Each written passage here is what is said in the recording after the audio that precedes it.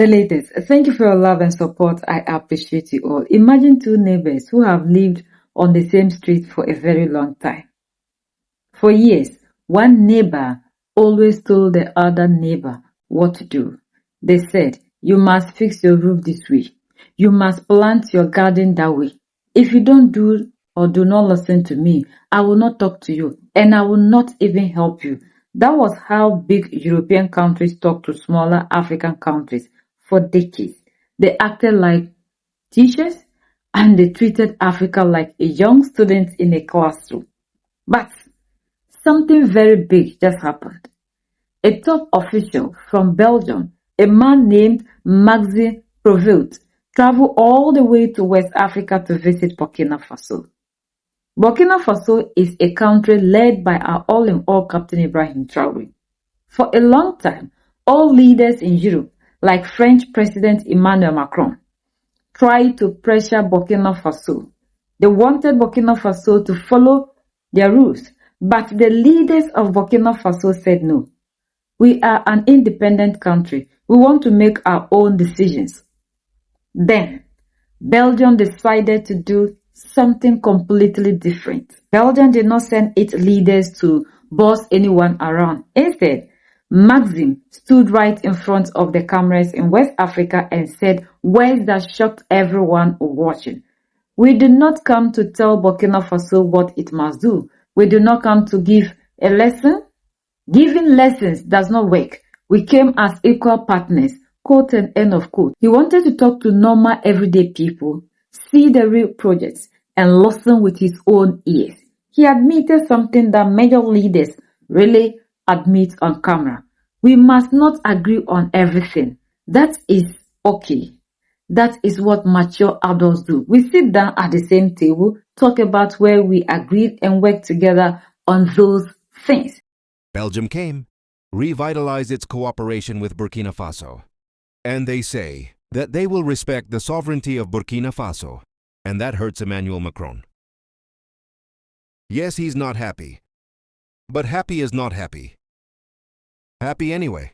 Family, follow the video carefully and share as much as possible. We did not come to say, in Burkina Faso, what he needs to do. Teaching lessons is often the best way, not to obtain results.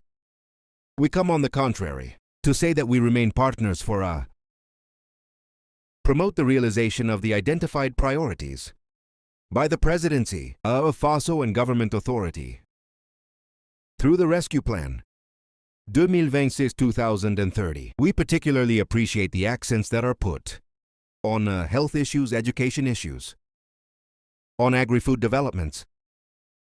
We also have a long-standing expertise to share.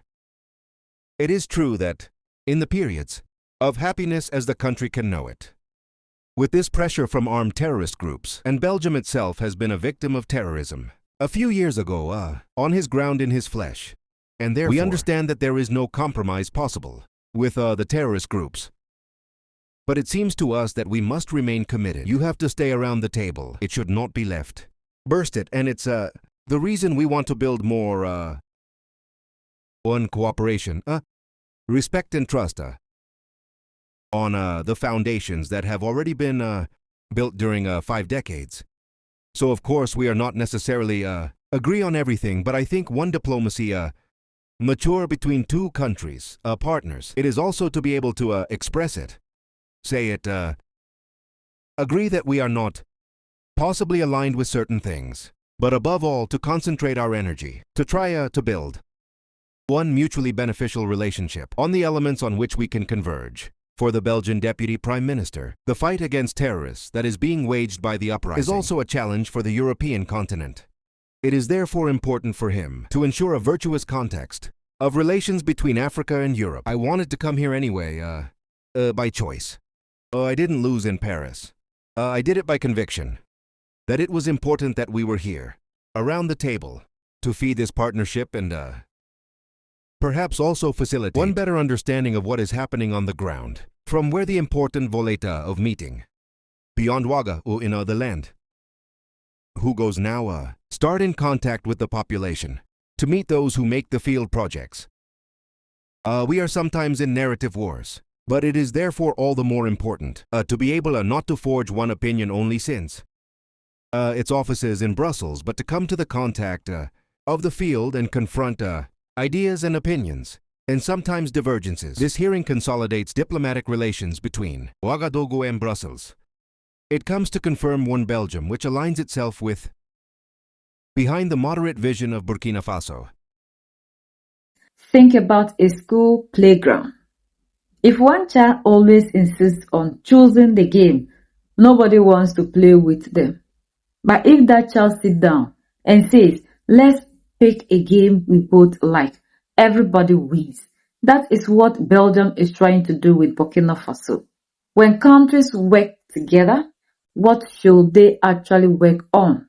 They should work on things that help families, mothers, fathers, and children every single day. Belgium announced that instead of telling Burkina Faso how to run its government, it wants to support Burkina Faso's own plan. Burkina Faso created a big plan to rebuild its nation. They chose 3 main goals. 1. Health care, making sure when someone gets sick, they can see a doctor and get good medicine. 2. School and education, making sure every boy and girl can go to school, learn to read, write, and gain skills for a good job. 3. Food and farming, helping farmers grow more crops so families have plenty of fresh, healthy food to eat every day. These are not complex political theories. They are simple things every person needs to live a happy, safe life. Belgium said, you built the plan. It is your home. We are just here to lend a helping hand where you ask for it. This is why people in West Africa are celebrating this news. For generations, foreign leaders came with promises that only served themselves. Now, a country is coming and saying, your freedom comes first. Your plan comes first. There is another deep reason why these two countries are sitting down to talk. Burkina Faso have been fighting against violent group attacks for years. Families have had to leave their homes and communities have suffered greatly. The Belgian representative said something very personal during his speech. He reminded everyone that Belgium was also attacked by violent groups years ago on its own soil. He said, quote, we know what it feels like. We know the pain. We know you cannot make deals with people who hurt innocent civilians. End of quote. When two people have experienced the same pain, they understand each other better. Belgium is not looking down on Burkina Faso for having security problems. Instead, they are saying, we have felt that too. We understand your fight and we want to stand by you as true friends. Instead of pulling away or closing doors, Belgium chose to stay at the table.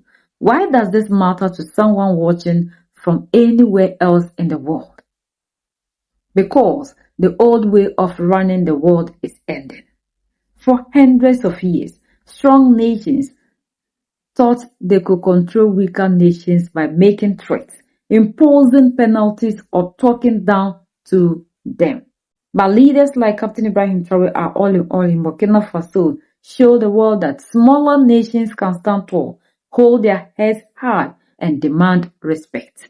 When one European country like Belgium breaks away from the old mindset and says, we will treat you with total respect and humility for every other country, it shows that respect works better than threats. Listening works better than lecturing. Partnerships works better than control. This is not just a story about two countries signing a paper. It is a story about how humans ought to treat each other.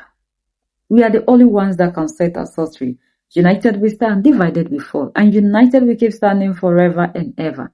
The greatest enemy of the African is mental slavery. So let's decolonize ourselves from mental slavery. Let's keep sharing to educate our brothers and sisters. Together we'll make Africa great for ourselves and the next generations that are going to come.